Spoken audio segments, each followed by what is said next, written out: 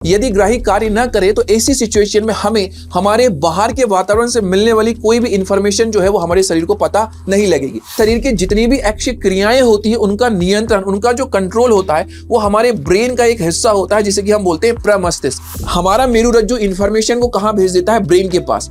Brain उस information को याद करके रख लेता है। ये हमारे सेंट्रल नर्वस सिस्टम और हमारी बॉडी के बीच में जो संबंध स्थापित करेगा वो होता है हमारा परिधीय तंत्रिका तंत्र। हेलो नमस्कार, क्या हाल चाल? आई होप सो आप सभी बढ़िया होंगे, बहुत अच्छी आप सभी की पढ़ाई चल रही होगी। नियंत्रण एवं समन्वय चैप्टर बेटा क्लास 10th बायोलॉजी का बहुत ही आईएमपी सा चैप्टर है और इस चैप्टर को हम बहुत ही कम समय में बहुत अच्छे से क्या करेंगे? रिवाइज करेंगे। ये आज का वीडियो आपके एग्जाम पॉइंट ऑफ व्यू से एग्जाम के टाइम पर रिवाइज करने के हिसाब से बहुत बहुत ज्यादा क्या है?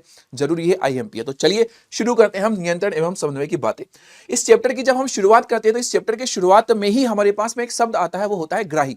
ग्राही होते क्या है? तो हमारे पास में ग्राही हमारे शरीर के अंदर पाए जाने वाले कुछ विशिष्ट क्या होते हैं बेटा? सिरे होते हैं, कुछ विशिष्ट जगहें होती हैं जो हमें बाहर के वातावरण में होने वाले किसी भी प्रकार के परिवर्तन का क्या करवाते हैं? एहसास करवाते हैं। जितने भी हमारे पास में ग्राही होते हैं वो अलग अलग जगहों पर, जैसे हमारी त्वचा के पास में पाए जाते हैं, जैसे हमारे पास में हमारी नाक पर प्रेजेंट होते हैं, हमारे कान में प्रेजेंट होते हैं, हमारी जिह्वा के अंदर और हमारे आंख के अंदर क्या होते हैं? प्रेजेंट होते हैं। सभी के अंदर पाए जाने वाला जो ग्राही होता है मेरे बच्चा, वो अलग अलग प्रकार का होता है और उसका काम भी क्या होता है? अलग होता है। जैसे त्वचा के अंदर पाए जाने वाले ग्राही की अगर हम बात करें तो ताप ग्राही होते हैं या स्पर्श ग्राही पाए जाते हैं, जो कि हमें बेटा स्पर्श के बारे में किसी ने टच किया या कोई टेम्परेचर में परिवर्तन हुआ तो उसके बारे में बताते हैं। नाक के अंदर पाए जाने वाले जो ग्राही होते हैं उसे हम घ्राण ग्राही कहते हैं, जो कि हमें अलग अलग प्रकार की फ्रेग्रेंस का, गंध का क्या करते हैं? एहसास दिलवाते हैं। कान के अंदर जो ग्राही होते हैं उसे हम बोलते हैं श्रवण ग्राही, और ये हमें क्या करते हैं? अलग अलग आवाजों का एहसास देते हैं, पापा की आवाज, मम्मी की आवाज। जिह्वा के अंदर पाए जाते हैं स्वाद ग्राही, जो कि हमें टेस्ट के बारे में भैया इंफॉर्मेशन देने का काम करते हैं। आंखों की बात करें तो इसके अंदर होते हैं प्रकाश ग्राही, जो कि हमें रंग या फिर अलग अलग प्रकार के प्रकाश के बारे में क्या करते हैं भाई साहब? इंफॉर्मेशन देने का काम करते हैं। अगर बाई चांस हमारे शरीर के अंदर कोई ग्राही है जो कि काम न करे तो ऐसी सिचुएशन में क्या होगा? यदि ग्राही कार्य न करे तो ऐसी सिचुएशन में हमें हमारे बाहर के वातावरण से मिलने वाली कोई भी इंफॉर्मेशन जो है वो हमारे शरीर को पता नहीं लगेगी। जैसे अगर हमारी त्वचा के अंदर के बेटा तापग्राही काम नहीं कर रहे हैं, किसी ने गरम गरम चिमटा अगर हमारी स्किन से भी टच कर दिया तो हमें उसका दर्द का एहसास नहीं होगा। इसलिए हमारे शरीर के अंदर बेटा ग्राही का काम करना क्या होता है? बहुत ज्यादा जरूरी होता है हमारे लिए। चलिए, ग्राही की जब हम बात कर रहे हैं तो एक्चुअल में जो ग्राही होते हैं बेटा, हमारी तंत्रिका कोशिका के ये जो दुम्बरिका होते हैं ना, इसी को हम नाम दे देते हैं ग्राही। तंत्रिका कोशिका के जो दुम्बरिका होते हैं इसी का हमारे पास में ग्राही नाम होता है। अच्छी बात है। यहां पर आपको ये कोशिका दिखाई दे रही है, इस कोशिका को हम बोल रहे हैं ये तंत्रिका कोशिका है या ये हमारे शरीर की न्यूरॉन सेल हो। चलिए, शरीर की सबसे लंबी कोशिका होती है बेटा, जो कि हमारे लिए क्या करती है? अलग अलग प्रकार के मैसेज को लेकर के कहां भेजती है? हमारे ब्रेन के पास में भेजती है। अगर हमें किसी ने पेन चुभाया तो जो पेन चुभा है उसकी इंफॉर्मेशन भी ये तंत्रिका कोशिका कहां भेज रही है? हमारे ब्रेन के पास में। इस तंत्रिका कोशिका के पास में अलग अलग हिस्से होते हैं, जैसे कि आपको देखने को मिल रहा है एक तो दुम्बरिका। इस दुम्बरिका की यदि हम बात करें बेटा जी, तो ये बाहरी माध्यम से सूचनाओं या संकेत को ग्रहण करता है, इंफॉर्मेशन को इकट्ठा करना ये दुम्बरिका का काम होता है। ठीक है, इसी को हम ग्राही बोलते हैं। ये उस मैसेज को बेटा इलेक्ट्रिक करंट के फॉर्म में कन्वर्ट करता है और दे देता है सेंटर वाले भाग को, जहां पर कि केंद्रक प्रेजेंट होता है। इस सेंटर वाले भाग का नाम होता है कोशिका काय। ये दुम्बरिका से क्या करता है? संकेत को लेता है और कहां भेज देता है? इस पूंछ वाले सिरे की तरफ, जिसको कि हम तंत्रिकाक्ष नाम देते हैं। इस तंत्रिकाक्ष से जो मैसेज होते हैं वो सबसे लास्ट में पहुंचते हैं, तंत्रिकाक्ष के अंतिम सिरे तक हमारे पास में ये पहुंचता है।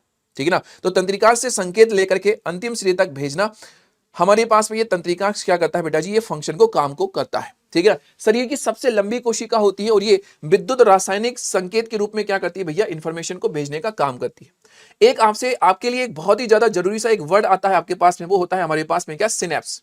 सिनेप्स किसे कहते हैं हम? सिनेप्स का एक छोटा सिंपल सा मतलब होता है बेटा जी, हमारे पास में जो तंत्रिका कोशिका जब एक साथ जुड़ती है, एक दूसरे के पास में आकर के जुड़ती है, तो तंत्रिका कोशिका का जो जंक्शन पॉइंट होता है उसी को हम नाम दे देते हैं सिनेप्स। तंत्रिका कोशिका का जंक्शन पॉइंट हमारे पास में सिनेप्स कहलाता है।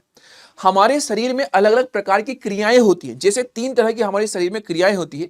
एक होती है हमारे पास में ऐच्छिक क्रिया, दूसरी होती है अनैच्छिक क्रिया और तीसरी हमारे पास में होती है बेटा प्रतिवर्ती क्रिया। ऐच्छिक क्रिया का मतलब होता है जो हमारी इच्छा के अनुसार चल रही है, उसको हम ऐच्छिक क्रिया नाम देते हैं। जैसे फॉर एग्जाम्पल के लिए भाई साहब हमारा टहलना, ताली बजाना हो गया, या फिर भैया लिखना हो गया है, डांस करना हो गया, कुर्सी को घुमाना, ये हमारी इच्छा के ऊपर डिपेंड करता है, इसलिए ये ऐच्छिक क्रियाएं कहलाती हैं। हमारे शरीर की जितनी भी ऐच्छिक क्रियाएं होती है उनका नियंत्रण, उनका जो कंट्रोल होता है वो हमारे ब्रेन का एक हिस्सा होता है जिसे कि हम बोलते हैं प्रमस्तिष्क। प्रमस्तिष्क के द्वारा ऐच्छिक क्रियाओं का नियंत्रण किया जाता है। ठीक है, दूसरी चीज हमारे पास में आती है, दूसरी इंफॉर्मेशन आती है अनैच्छिक क्रियाओं की।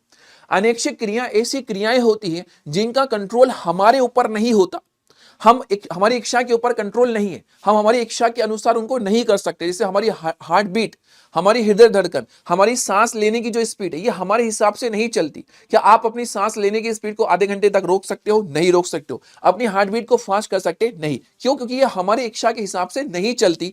इन प्रक्रियाओं को बेटा हम अनैच्छिक क्रिया नाम दे देते हैं। जैसे हार्ट बीट हो गया, लार का आना हो गया, उल्टी, बमन का मतलब होता है उल्टी का आना हो गया, या फिर हमारा ब्लड प्रेशर।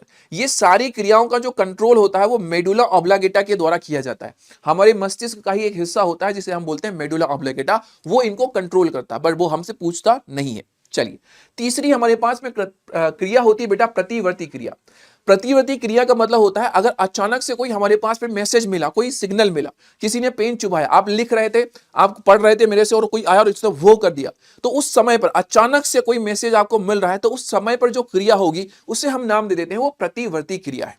प्रतिवर्ती क्रियाओं का जो नियंत्रण होता है, कंट्रोल होता है बेटा, वो मेरुरज्जु के पास में आपको देखने को मिलता है। मेरुरज्जु ही है जो कि क्या करता है, हमारी प्रतिवर्ती क्रियाओं को कंट्रोल करता है।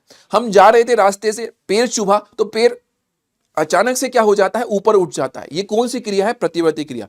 गाड़ी पर बैठे हमको साइलेंसर का गर्म लग गया, अचानक से पैर साइड हट गया, कौन सी क्रिया? प्रतिवर्ती हमारे पास में क्रिया हो चली। तो ये होती है हमारे पास में हमारी प्रतिवर्ती क्रिया। जैसे प्रतिवर्ती क्रिया की जब हम बात कर रहे हैं तो देखिएगा इस डायग्राम को, एक व्यक्ति है, वो कुछ किचन में काम कर रहा था तो किसी बर्तन से उसको क्या लगा, गर्म लगा, उसका हाथ तुरंत क्या हो जाता है, पीछे हट जाता है। क्यों हट जाता है? क्योंकि बेटा इस स्किन के अंदर क्या पाए जा रहे हैं, ग्राही पाए जा रहे हैं, और वो जो ग्राही होते हैं मेरे बच्चा, वो क्या करते हैं भैया, जो भी गर्म लगा है उसका हमें एहसास, हमारे ब्रेन, हमारी मेरुरज्जु के पास में वो एहसास को भेजते हैं। कैसे भेजते हैं? एक तंत्रिका होती है हमारे पास में, उस तंत्रिका के द्वारा, एक है हमारे पास में तंत्रिका, उस तंत्रिका के द्वारा भाई साहब जो इंफॉर्मेशन है वो जा रही है कहां पर, हमारे इस मेरुरज्जु के पास, और मेरुरज्जु उस इंफॉर्मेशन के हिसाब से एक दूसरा मैसेज भेजती है कहां पर, हमारे इस हाथ की मांसपेशी के पास में। क्यों? क्योंकि मांसपेशी ही है जो कि हाथ को क्या करती है, पीछे के साइड में हटाती है। तो जो मैसेज को ले जाने वाली तंत्रिका कोशिका थी उसका नाम रखा संवेदी तंत्रिका कोशिका। जो मैसेज को ले जा रही है, जो मैसेज को वापस यहां मांसपेशी पर लेकर के आ रही है, उसका नाम होता है प्रेरक तंत्रिका कोशिका, जो कि मैसेज को मांसपेशी के पास में लेकर के आ रही है, और हाथ हमारा क्या कर रही है, हटा रही। तो यहां पर ये जो पूरा रास्ता आपको बनता हुआ दिखाई दिया है जिसकी बदौलत प्रतिवर्ती क्रिया हुई है, इस रास्ते को मेरे लाडलो हम नाम दे देते हैं प्रतिवर्ती चाप। रिफ्लेक्स एक्शन के लिए जो रास्ता अपनाया जाता है उसी को हम प्रतिवर्ती चाप नाम दे देते हैं, उसका नाम होता है हमारे पास में प्रतिवर्ती चाप। क्या आपको मेरी ये बात याद रहेगी? ठीक है। यहां पर एक बहुत अच्छी सी बात यह है कि जब कोई हमारे शरीर के अंदर रिफ्लेक्स एक्शन हो रहा है तो उसकी इंफॉर्मेशन बेटा हमारे ब्रेन के पास में क्या की जाती है, भेज दी जाती है। क्यों भेज दी जाती है? ताकि भविष्य में होने वाली इंफॉर्मेशन, भविष्य में होने वाली जो कोई भी क्रिया है तो उसके लिए हमें पहले से क्या किया जा सके, सचेत। देखो आपकी जो स्पाइनल कॉर्ड है, मेरुरज्जु, उसमें बेटा मेमोरी की पावर नहीं होती। तो मान लो आपको किसी चीज से गर्म लगा तो आपका हाथ पीछे हट गया, अब वो चीज से गर्म लगता है, ये आपके माइंड में क्या रहे, याद रहे, ताकि आप दोबारा उस चीज से, उस साइलेंसर से या फिर उस बर्तन से क्या करें, दूर रहे। इसलिए हमारा मेरुरज्जु इंफॉर्मेशन को कहां भेज देता है, ब्रेन के पास।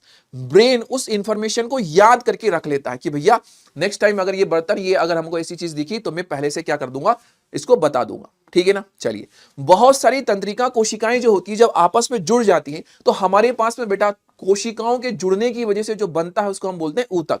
हमारे पास में बनता है कौन, तंत्रिका ऊतक बनता है। ठीक है ना। चलिए, हमारे शरीर के अंदर जो नियंत्रण और समन्वय होता है वो तंत्रिका ऊतक और हमारे पेशी ऊतक। एक तो हमारे पास में हमारी तंत्रिकाओं से मिलकर के बना हुआ जो ऊतक होगा, तंत्रिका ऊतक, उसके द्वारा, और हमारी पेशी ऊतक के द्वारा क्या होता है, हमारे शरीर में नियंत्रण और समन्वय किया जाता है। Okay, done done done done है। जब हम बात कर रहे हैं हमारी बॉडी की, तो हमारी बॉडी में दो सबसे ज्यादा आईएमपी लोग होते हैं। पहला तो आपको ये दिखाई दे रहा है, ये है हमारा ब्रेन, और दूसरा आपको ये लंबी सी ये नली जैसा दिखाई दे रहा है, ये होता है हमारा मेरुरज्जु हो चला है। हमारा जो मेरुरज्जु और हमारा मस्तिष्क जो होता है वो हमारी बॉडी के दो मेन बेटा कंट्रोल एंड कमांड सिस्टम होते हैं, मतलब हमारे शरीर के ऊपर नियंत्रण रखने वाले अंग होते हैं। कौन? मस्तिष्क और मेरुरज्जु। इन दोनों को ही मिलाकर के हम नाम दे देते हैं सेंट्रल नर्वस सिस्टम, केंद्रीय तंत्रिका तंत्र इसका हमारे पास में नाम होता है। CNS शॉर्ट फॉर्म में इसको हम बोल देते हैं CNS। ये हमारे शरीर से इंफॉर्मेशन को इकट्ठा करते हैं और उस हिसाब से क्या करते हैं भैया, सोच करके विचार करके क्या करते हैं भैया, डिसीजन लेते हैं। हमारे ब्रेन और स्पाइनल कार्ड का काम होता है ये। हमारे ब्रेन से बहुत सारी बेटा पतली पतली सी क्या निकलती है, तंत्रिकाएं निकलती हैं, और इन तंत्रिकाओं को हम नाम दे देते हैं कपाल तंत्रिका। हमारे मेरुरज्जु से निकलती है बहुत सारी पतली पतली सी तंत्रिकाएं, उनका नाम होता है मेरु तंत्रिका। कपाल तंत्रिका और मेरु तंत्रिका, इन दोनों को मिला करके हम नाम देते हैं परिधीय तंत्रिका तंत्र, पेरिफेरल नर्वस सिस्टम इसका हमारे पास में नाम होता है, जो कि हमारे बॉडी से इंफॉर्मेशन को इकट्ठा करके कहां भेजती है, हमारे मस्तिष्क और मेरुरज्जु मतलब हमारे सेंट्रल नर्वस सिस्टम तक भेजने का काम करती है। ठीक है ना। ये हमारे सेंट्रल नर्वस सिस्टम और हमारी बॉडी के बीच में जो संबंध स्थापित करेगा वो होता है हमारा परिधीय तंत्रिका तंत्र, पेरिफेरल नर्वस सिस्टम हमारे पास में होता है। ठीक है, यहां पर जब बात आई है ब्रेन के बारे में तो जरा डिस्कस करते हैं जरा ब्रेन की पूरी इंफॉर्मेशन के बारे में। ठीक है ना, देखिएगा ब्रेन के बेटा 3 हिस्से होते हैं, एक होता है अग्र मस्तिष्क, एक होता है मध्य मस्तिष्क और एक होता है पश्च मस्तिष्क। मेन हमारे लिए अग्र और पश्च मस्तिष्क बहुत ज्यादा IMP है। अग्र मस्तिष्क का ये ऊपर वाला ये पूरा की पूरा जो हिस्सा होता है इसको हम नाम दे देते हैं प्रमस्तिष्क, या इसी को बेटा सेरेब्रम नाम दिया जाता है, इसी का नाम होता है सेरेब्रम इंग्लिश में। ये मुख्य हमारा सोचने का जो शक्ति होती है वो इसी सेरेब्रम की वजह से आती है। हमारी जितनी भी ऐच्छिक क्रियाएं होती है, चलना, टहलना, दौड़ना, भागना, लिखना, डांस करना, ताली बजाना, वो सारी प्रक्रियाओं के ऊपर कौन कंट्रोल करता है? यही कंट्रोल करता है। हमारी जो याददाश्त की क्षमता है वो भी कौन कंट्रोल करता है? यही कंट्रोल करता है बेटा। ठीक है सर जी। दूसरी बात, इसका दूसरा हिस्सा होता है बेटा जी हाइपोथैलेमस, जो कि हमारे शरीर के टेम्परेचर को, हमारे शरीर के अंदर भूख प्यास को क्या करता है? कंट्रोल करके रखता है। ठीक है, ओके सर जी। यहां पर मध्य मस्तिष्क का कोई स्पेशल सा फंक्शन नहीं होता मेरे बच्चा, लेकिन पश्च मस्तिष्क के 3 भाग होते हैं, एक होता है पोन्स, एक होता है अनुमस्तिष्क, इसी को हम बोलते हैं सेरेब्रम, और एक होता है हमारे पास में कहा गया मेडुला ऑब्लांगेटा। ये 3 अलग अलग हिस्से होते हैं। अनुमस्तिष्क या सेरेब्रम हम बेटा हमारी शरीर की जो कंट्रोल मतलब स्थिति, मतलब हम बैलेंस बना सके, हमारी बॉडी का बैलेंस बनाने का काम कौन करता है? ये अनुमस्तिष्क करता है। और अनैच्छिक क्रियाओं का जो कंट्रोल है वो कौन करता है? Medulla oblongata. ये मैंने आपको पहले भी बताया। और इसी मेडुला ऑब्लांगेटा से बेटा जी कौन बनता है? मेरुरज्जु निकलता है। मेडुला ऑब्लांगेटा से ही नीचे निकलती है एक लंबी सी तंत्रिकाओं से बनी संरचना, जिसको हम बोलते हैं मेरुरज्जु। किससे निकली है? मेडुला ऑब्लांगेटा से निकली। ये हमारे मस्तिष्क की क्या होती है मेरे बच्चा? कुछ स्पेशल सी बातें होती है। ठीक है ना। अब आपको ये पता होगा या नहीं पता होगा बेटा, अकॉर्डिंग तो हमारा जो ब्रेन होता है वो बोलता है भैया मैं सबसे ज्यादा क्या हूं? आपकी बॉडी का मोस्ट इंपोर्टेंट ऑर्गन हूं। ये किसने कहा कि ब्रेन सबसे मोस्ट इंपोर्टेंट ऑर्गन है? ब्रेन ने ही कहा कि ब्रेन सबसे मोस्ट इंपोर्टेंट ऑर्गन है। सोच लो है आपके ब्रेन की बात करें तो अलग अलग हिस्से होते हैं। सबसे पहले वाले हिस्से में तो मीम्स भरे हुए होते हैं, याददाश्त, आज ये मीम देखा था, कल वो मीम देखा था। हाँ चलिए, हमने अभी तक जितनी भी बात करी बेटा वो हमारे एनिमल्स के बारे में हमने चर्चाएं की, लेकिन हमारे प्लांट्स के अंदर भी बेटा जी क्या होता है? कंट्रोल और इन कमांड सिस्टम चलता रहता है। जैसे हमारे प्लांट जो होते हैं वो 2 तरह की गति करते हैं। पहली गति होती है अनुकुंचन गति और दूसरी गति होती है अनुवर्तन गति। अनुकुंचन गति का मतलब क्या होता है? पादपों में पाई जाने वाली ऐसी गति जिसमें कि वृद्धि, ग्रोथ नहीं हो रही, वृद्धि नहीं हो रही, लेकिन उसके बिना हमको प्लांट क्या हो रहा है? गति करता हुआ दिखाई दे रहा है। जैसे छुई का प्लांट है, उसको आप जैसे उसकी पत्तियों को टच करते हो वो वहीं के वहीं क्या हो जाता है? सिकुड़ जाता है। उसने ग्रोथ नहीं की है, उसने गति की है। बिना ग्रोथ के अगर गति हो तो उसको हम बोलते हैं अनुकुंचन गति, जैसे छुई के द्वारा उसमें होती है। जो द्वार कोशिकाएं होती है उसमें भी क्या होती है? मूवमेंट होती है, सिकुड़ती है, बड़ी होती है, सिकुड़ती होती है, बड़ी होती है। वो भी कौन सी गति होती है? अनुकुंचन। दूसरी जो गति होती है वो होती है अनुवर्तन गति। अनुवर्तन गति में प्लांट क्या कर रहा है? वृद्धि कर रहा है, इसलिए हमको लग रहा है कि प्लांट गति कर रहा है। जैसे जो तना होता है, अगर आप देखोगे आज प्लांट छोटा सा है, 2 महीने बाद प्लांट बड़ा, हमको लग रहा है कि प्लांट तो ऊपर के साइड में जा रहा है। अब एक्चुअल में वो ऊपर के साइड गति करता हुआ इसलिए दिखाई दे रहा है आपको क्योंकि उसकी ग्रोथ हुई है। तो ग्रोथ के कारण यदि हमारे पास में गति हो तो उसको हम बोलते हैं अनुवर्तन गति। जैसे प्लांट जो होता है बेटा वो अलग अलग मैसेज, अलग अलग सिग्नल के लिए क्या करता है? गति करता है। जैसे प्लांट हो सकता है प्रकाश के लिए गति करे, अगर प्रकाश के लिए प्लांट गति करता है तो उसको हम बोलते हैं प्रकाशानुवर्तन गति। प्लांट का जो तना होता है वो हमेशा ऊपर ही जाता है। क्यों? क्योंकि वो तना प्रकाश के लिए क्या होता है? आकर्षित होता है, इसलिए वो हमेशा ऊपर। कभी भी आपने देखा कि तना नीचे जमीन में जा रहा है? नहीं, ऐसा नहीं होता है। तो तना हमेशा प्रकाश के लिए आकर्षित होता है, इसलिए हम कहते हैं कि तना कौन सी गति कर रहा है? प्रकाशानुवर्तन गति कर रहा है। दूसरी बात, हमारे लिए जल के लिए भी प्लांट क्या करता है, गति करता है। जैसे कि जो जड़ें होती है हमेशा जमीन के अंदर ही क्यों जाती है, क्योंकि वो जल के लिए आकर्षित हो रही है। जल कहां है, जमीन के अंदर। तो जल के लिए जो गति करे उसको हम बोलेंगे जलानुवर्तन गति। तीसरी बात, गुरुत्वाकर्षण बल के लिए अगर गति कर रही, जैसे जड़ें नीचे ही क्यों जा रही, क्योंकि उनको नीचे कौन बुला रहा है, गुरुत्वाकर्षण बल बुला रहा है। तो वो गुरुत्वाकर्षण बल के लिए गति कर रही है, इसलिए उस गति को हम बोलते हैं गुरुत्वानुवर्तन गति हमारे पास में हो गया। क्या तना नीचे गति करता है, नहीं, वो तो सदा ऊपर ऊपर ही जाता है। एक होती है हमारे पास में स्पर्श के लिए गति। जैसे बेटा हमारे जो कुछ प्लांट होते हैं उसमें पतली सी ऐसी डंडी निकलती है, उसको हम बोलते हैं प्रतान। प्रतान के अंदर होने वाली जो गति होती है वो स्पर्शानुवर्तन गति होती है। केमिकल के दौरान, केमिकल से अगर कोई चीज आकर्षित हो रही है, कोई प्लांट का हिस्सा हो आकर्षित हो रहा है, तो उसको हम बोलते हैं रसायनुवर्तन गति। जैसे पराग नलिका की जो गति होती है वो रसायनुवर्तन गति में आता है। तापमान के लिए गति तापानुवर्तन गति कहलाता है। बहुत से पौधे होते हैं जो टेम्परेचर के लिए क्या करते हैं मेरे लाडलो, गति करते हुए हमारे पास में दिखाई देते हैं। प्लांट के अंदर बेटा जी जो मूवमेंट होती है, इसके अलावा बहुत सारे प्लांट के अंदर हमें अलग अलग प्रकार के हार्मोन्स देखने को मिलते हैं, केमिकल्स। और इन केमिकल का कुछ अलग अलग क्या होता है, फंक्शन होता है। जैसे सर फॉर एग्जांपल के लिए प्लांट के अंदर बेटा 5 अलग अलग केमिकल्स होते हैं, हार्मोन्स होते हैं। एक होता है ऑक्सिन, एक है हमारे पास में जिब्रेलिन, साइटोकाइनिन, एब्सिसिक एसिड और एथिलीन। पांचों के अलग अलग काम और अलग अलग जगहों पर ये बनते हैं। ऑक्सिन की बात करें तो ये आपका जो तना होता है उसके सबसे ऊपर वाले भाग पर और जड़ के सबसे ऊपर वाले भाग पर बनता है। तने को हम बोलते हैं प्ररोह और जड़ को हम बोलते हैं मूल, तो उनके अग्र भाग में बनता है।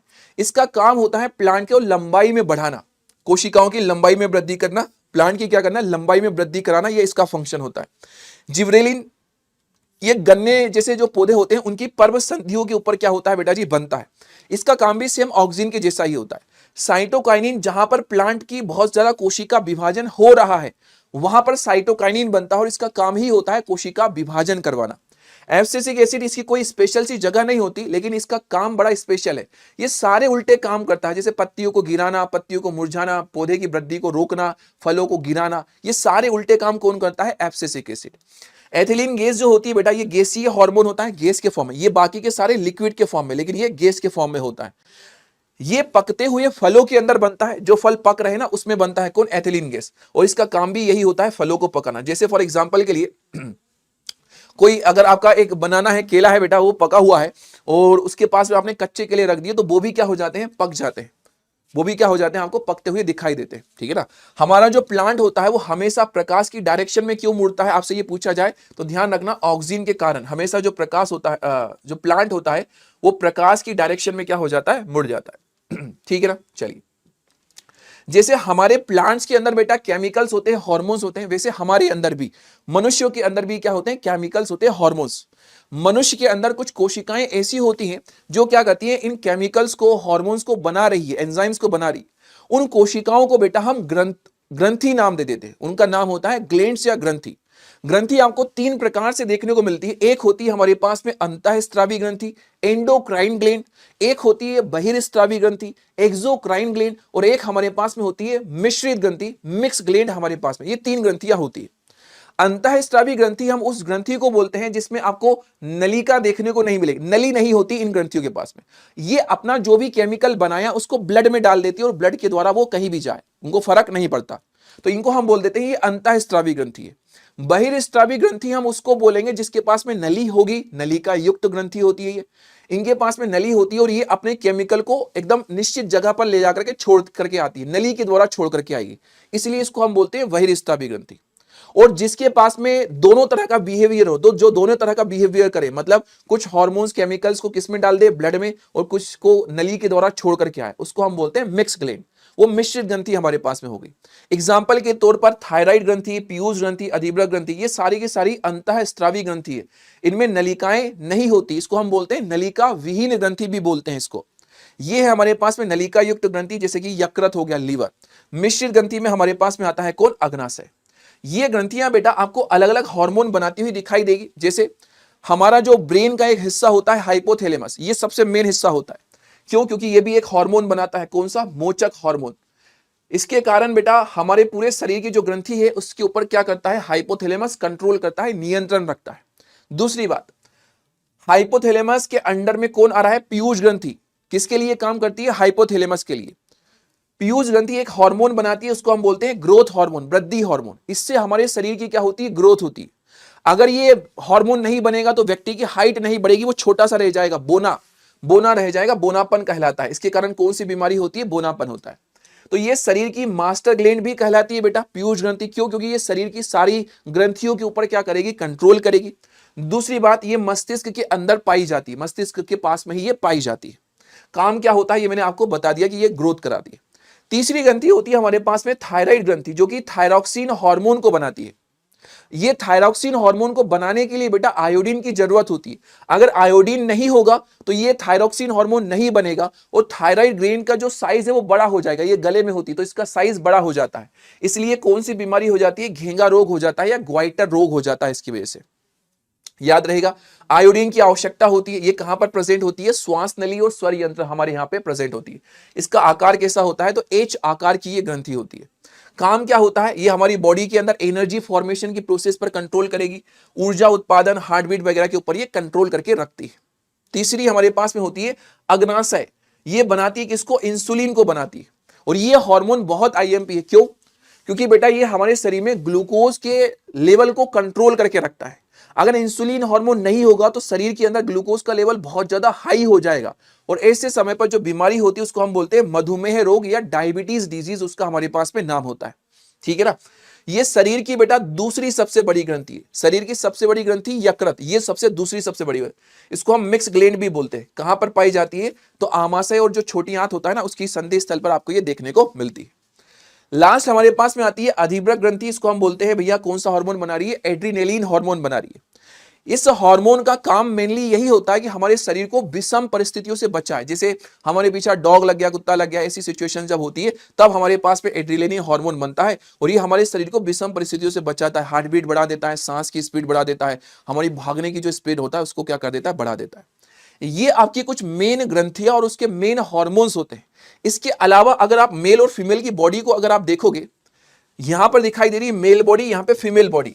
बेटा मेल के पास में भी हाइपोथैलेमस, फीमेल के पास में भी हाइपोथैलेमस। मेल के पास में पिट्यूटरी, फीमेल के पास में भी पिट्यूटरी। मेल के पास में पीनियल, फीमेल के पास में भी पीनियल। पीनियल ग्रंथि क्या करती है, ये हमारे शरीर की रिदम बनाती है। जैसे आपको भैया एक समय पर नींद आने लगती है, आप जाग जाते हो, तो आपकी जो बायोलॉजिकल क्लॉक होती है ना, अपने आप चलने वाली जो घड़ी होती है, वो पीनियल ग्लैंड होती है। हमारे पास में थाइमस, ये यहाँ पे देखने को मिलती है, मेल में भी फीमेल में भी होती है। पैराथायराइड थायराइड के जस्ट पीछे के साइड में होती है, दोनों में, मेल फीमेल दोनों में। थायराइड मेल फीमेल दोनों में, ठीक है ना।